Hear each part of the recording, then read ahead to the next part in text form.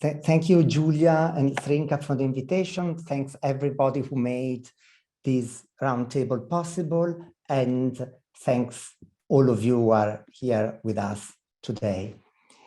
In the attempt to discuss how one can read classical authors nowadays, I will share briefly some thoughts about Dante and the Oxford Handbook of Dante, a volume that I have conceived and edited with Oxford colleagues and friends, Elena Lombardi and Francesca Satterden, and that appeared last year in March 2021 on the occasion of the 700th anniversary of Dante's death.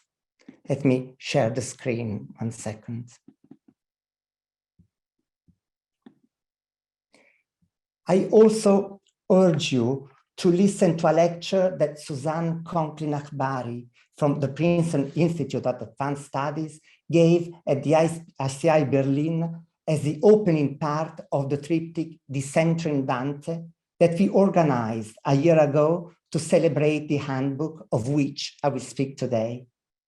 The purpose of the triptych Decentering Dante was to exemplify the spirit of the Oxford Handbook by proposing ways of reading Dante's comedy from less a central position and with a broader, more critical perspective. While two of the events, a dialogue with Caribbean poet Lorna Goodison and a lecture by Gary Gestaro on Dante's queer fathers, were directly related to the chapters from the handbook and its mode, Akbari's lecture, entitled "What Ground Do We Read On?" questioned the concept of canon and canonicity in dialogue with indigenous writers, artists, and knowledge keepers, and went in another direction from that of which I will speak today.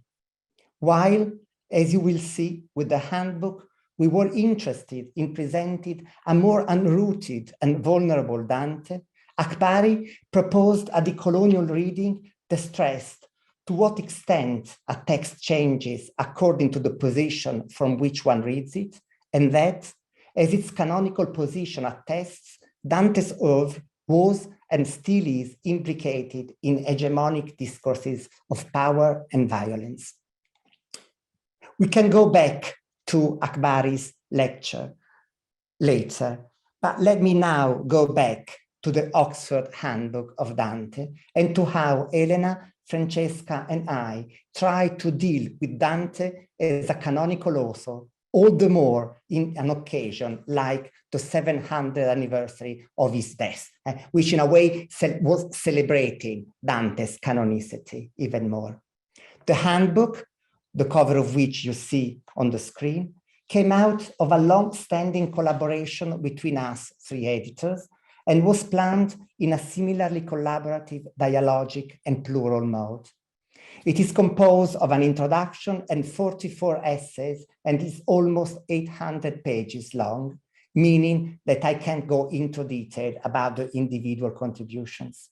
Instead, I will try to give you an idea of how the project was born, how we conceived of it, and what has come out.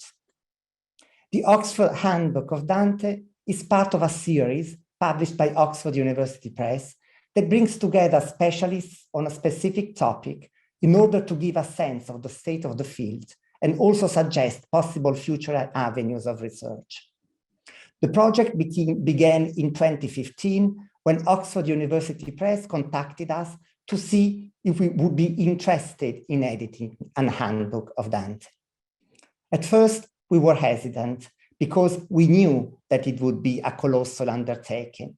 But then we allowed ourselves to be swayed by enthusiasm for working together again and giving shape to a Dante that would differ from, or at least complement, his traditional and canonical image as a strong and dominating author. The idea of giving a different shape to Dante is related to the idea that the author does not pre-exist to the text, but emerges from it. It is a concept that for those studying Dante can be explained thinking about the extraordinary operation of the Vita Nova, which, by gathering together 31 lyrics that Dante had written previously, ordering them in a particular way and commenting on them through a prose narrative, gives the poems a different meaning. It rewrites them with respect to what they meant before, in such a way that the figure of Dante that emerges from this textual operation is also radically different from the one that emerges from Dante's previously lyric poems when they were not connected but scattered. Therefore, reflecting about which Dante we wanted to emerge from the handbook meant reflecting on how we could organize and structure the volume.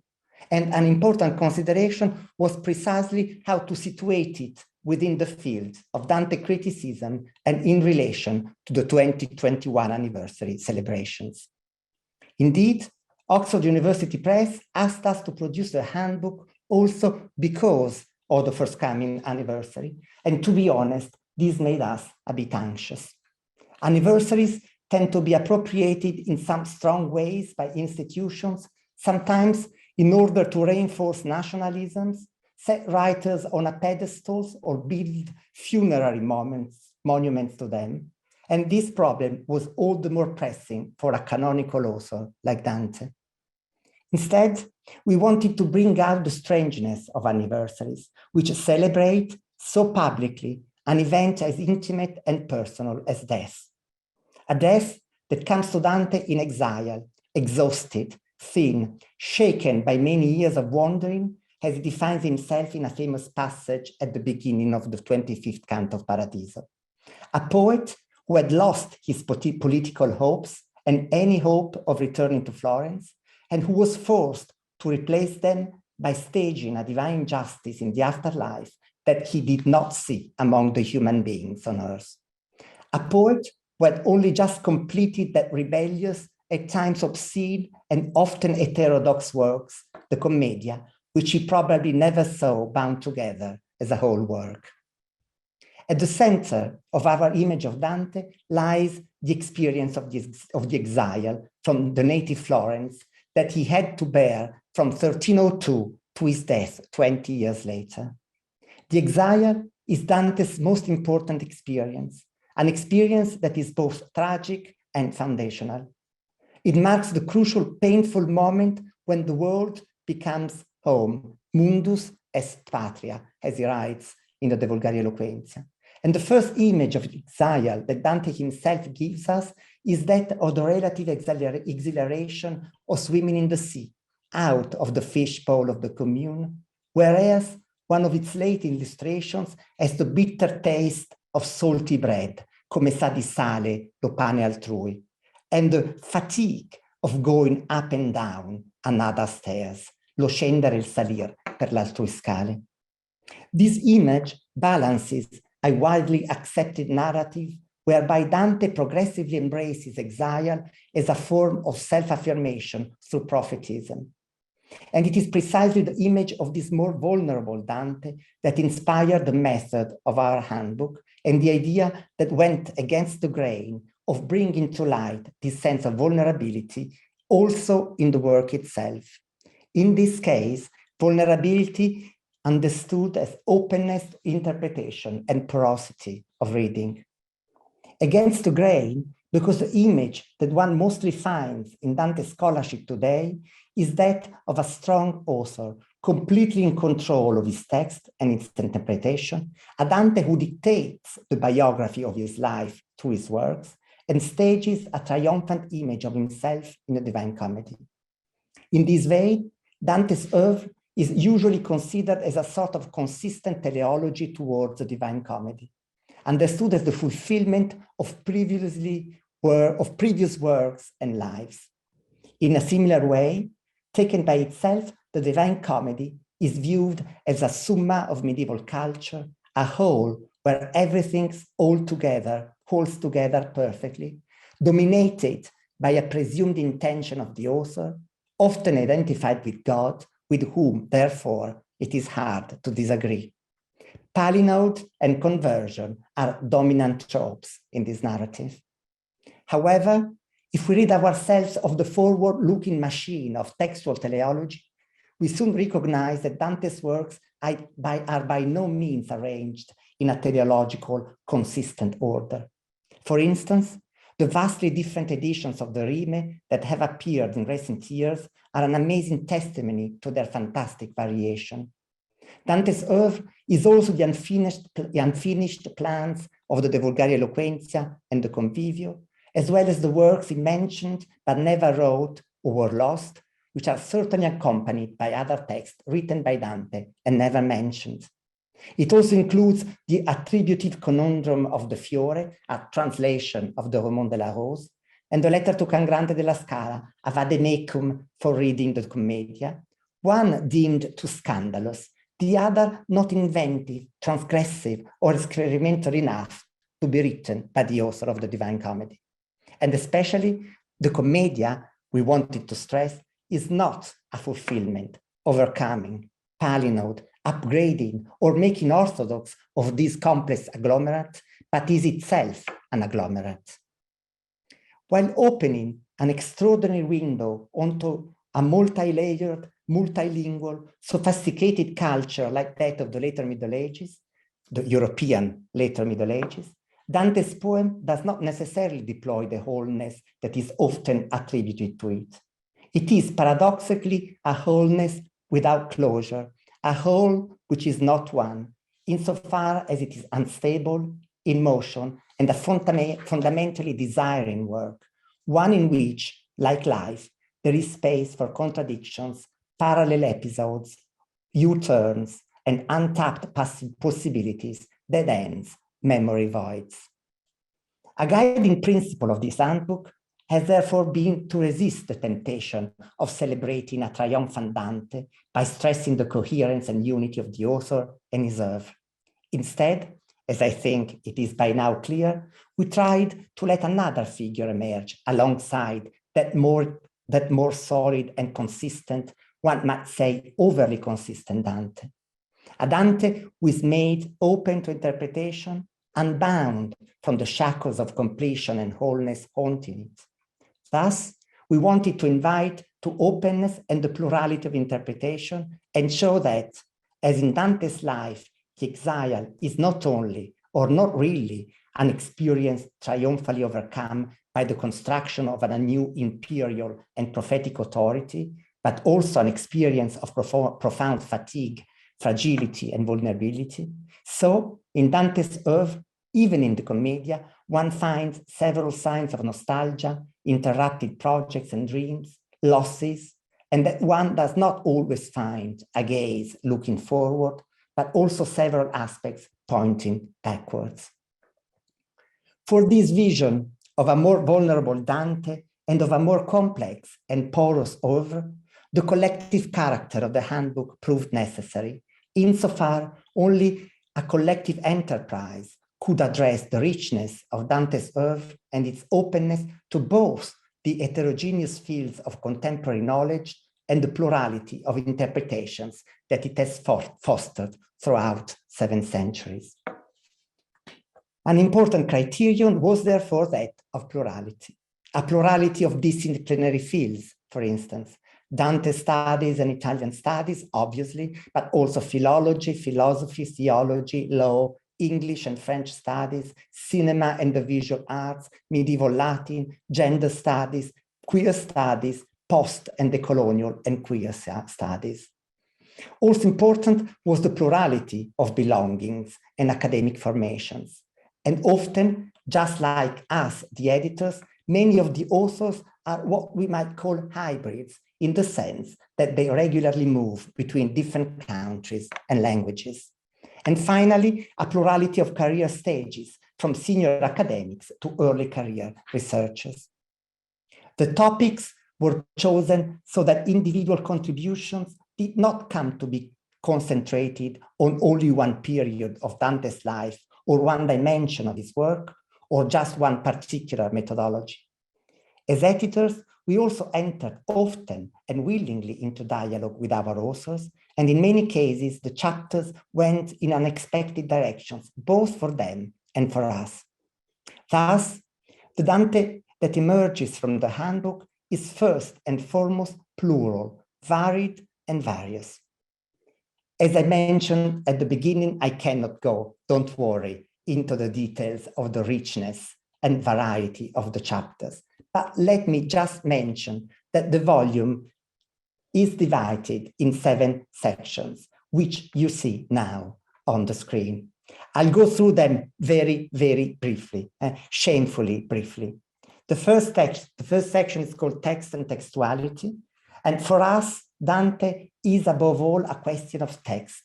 And it was important to us that the handbook should open with a section that analyzed Dante's works in the context of late medieval textuality, authoriality, practices of reading, manuscript transmission, commentary, critical edition, and digital humanities.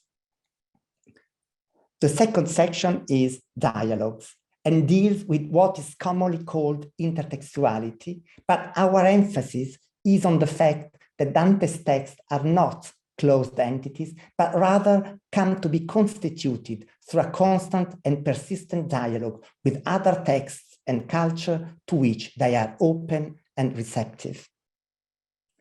The third section, Transforming Knowledge, explores Dante's profound dedication to the elaboration and transmission of knowledge and shows that he is, on the one hand, extremely receptive to existing forms of knowledge, and on the other, profoundly creative in transforming them and often translating them from Latin into the vernacular. The fourth section, Spaces and Places, both acknowledges the situated character of Dante's works and explores how they articulate space and place, from Florence to Rome, to the Mediterranean and the East, until the vertiginous eschatology and cosmology of the Divine Comedy. With the fifth section, A Passionate Selfhood, we wanted to underline the fundamental role that body and desire play in Dante's understanding of selfhood, as well as their destabilizing character. The sixth section, A Nonlinear Dante, reacts to the tendency to read Dante's text in a teleological fashion and as a model of cohesion and closure. Instead, this section, A Nonlinear Dante, reveals and explores tension, doubts, paradoxes, error, and slips that enrich Dante's oeuvre. The last section is called Nachleben and inspired by Alvi Barbo's concept of survival, continuation, and transformation. It shows that subsequent appropriation of Dante's works do not just rewrite or transmit them, but let them continue live, revealing new meanings and realizing an implicit potential.